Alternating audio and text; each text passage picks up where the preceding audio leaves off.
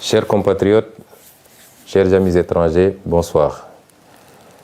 Je reviens m'adresser à vous relativement à la situation du pays et par rapport aux échéances à venir. Je le fais avec d'autant plus de plaisir que beaucoup d'entre vous s'étaient beaucoup inquiétés de l'état de ma santé. Je me sens beaucoup mieux par la grâce de Dieu. Je me sens beaucoup mieux grâce à vos prières.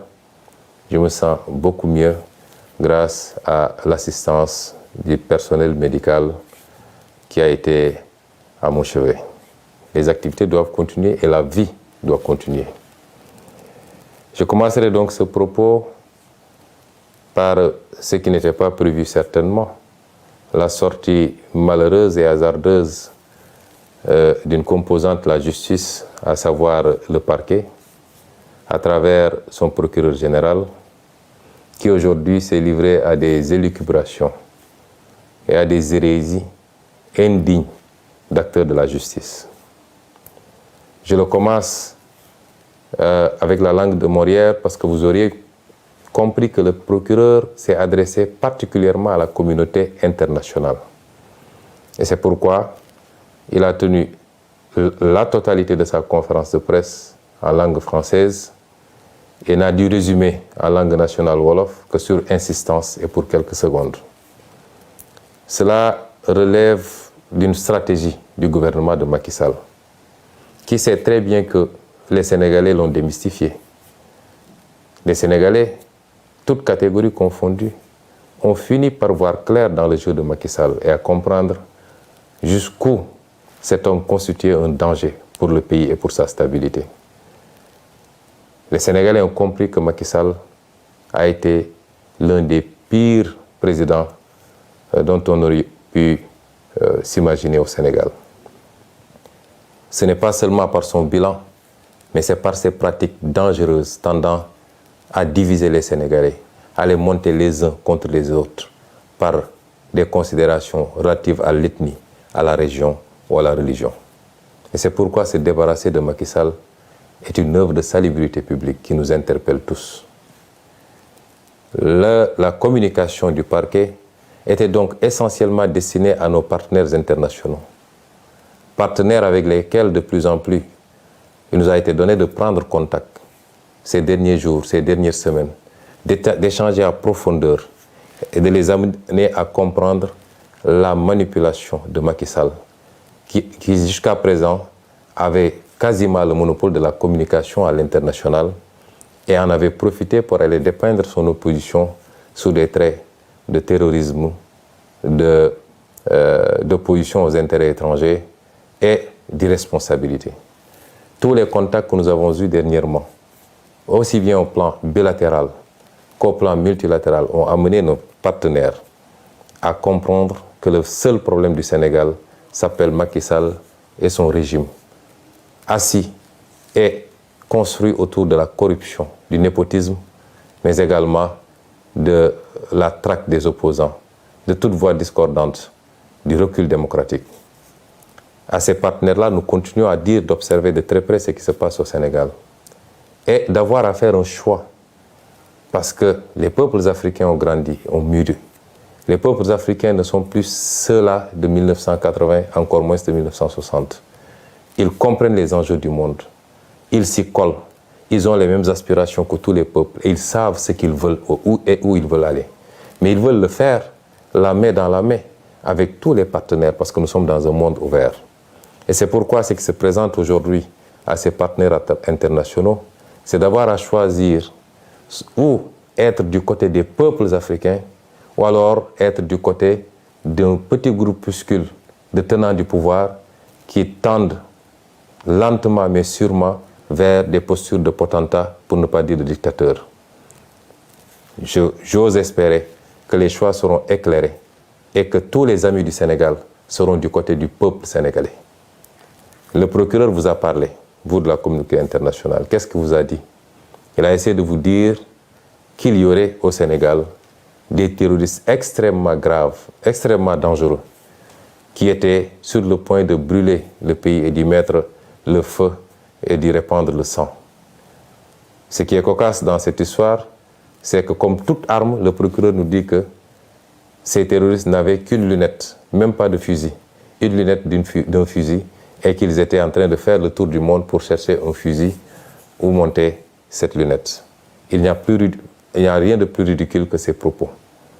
Le procureur a voulu vous faire croire à un certain nombre de choses sur lesquelles je vais revenir. Mais je vais m'attarder sur la personnalité de ce procureur.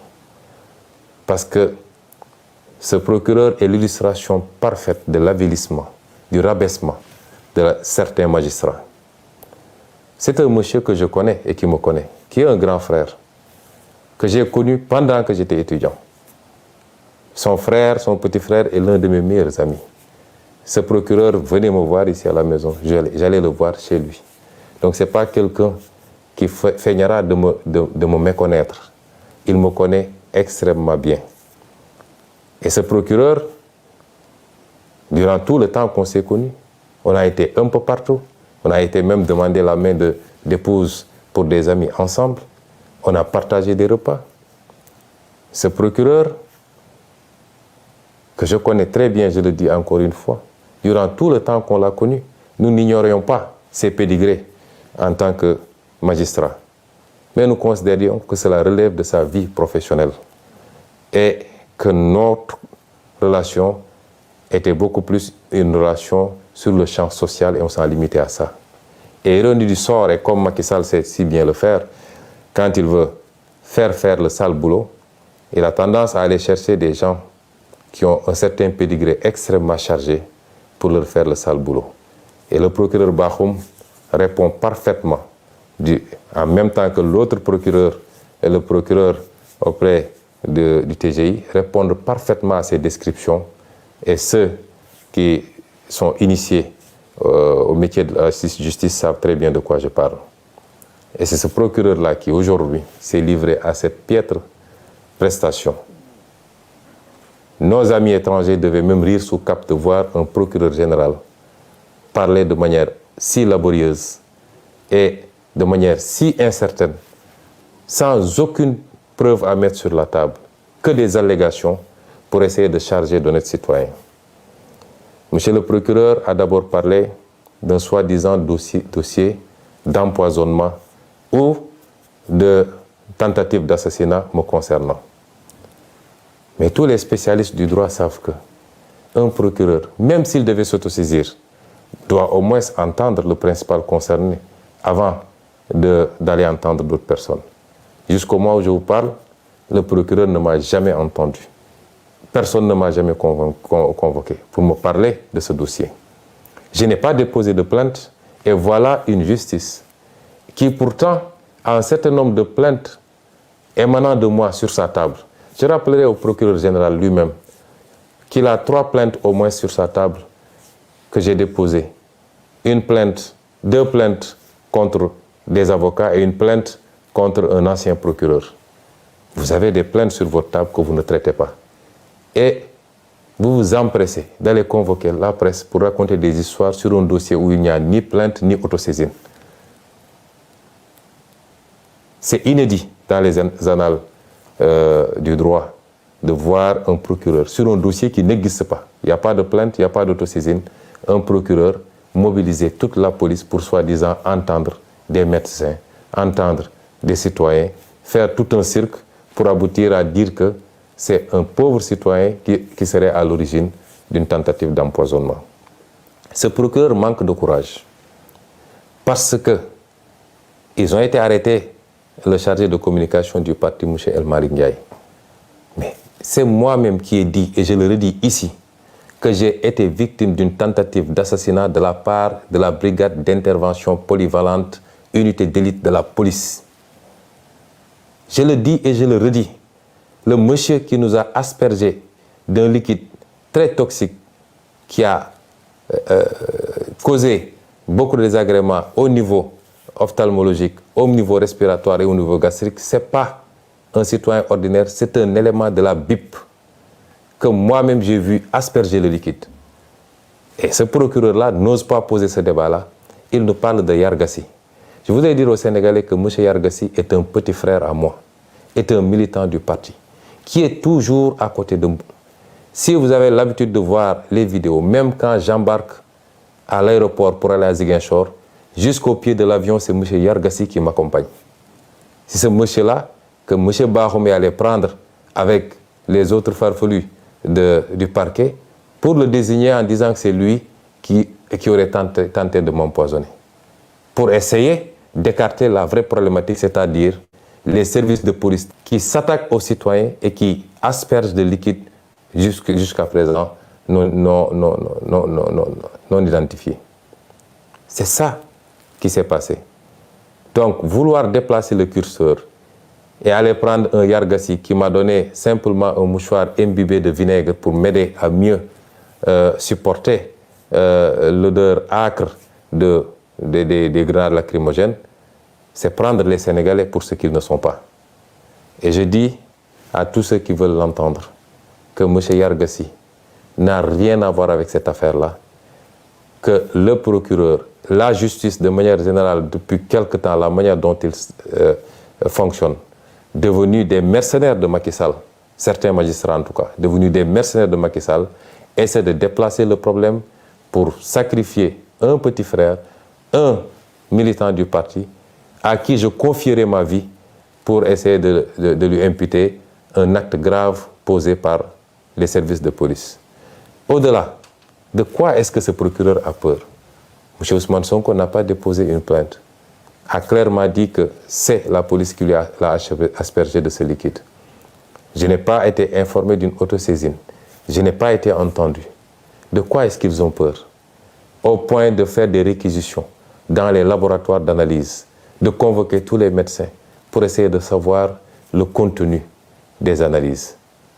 Qu'est-ce qu'ils ont à se reprocher? Eux-mêmes savent exactement ce qu'ils ont aspergé sur nous, moi-même, Maître Clédor Ciré Ly, et dans une moindre mesure même, M. Guy Marius Sagna. Je peux rassurer le procureur, ce qui doit être analysé le sera. Nous l'avons envoyé où il faut, parce que nous savions qu'ici au Sénégal, il mettrait la pression sur tous les laboratoires pour ne pas que les choses soient transparentes. Nous avons envoyé là où nous devons envoyer. Il nous a été promis que les résultats seront connus dans les prochains jours. Nous attendons de savoir qu'est-ce que donneront ces analyses-là. Ce n'est pas la peine, en attendant, de s'agiter autrement, monsieur le procureur. Restez tranquillement à votre place.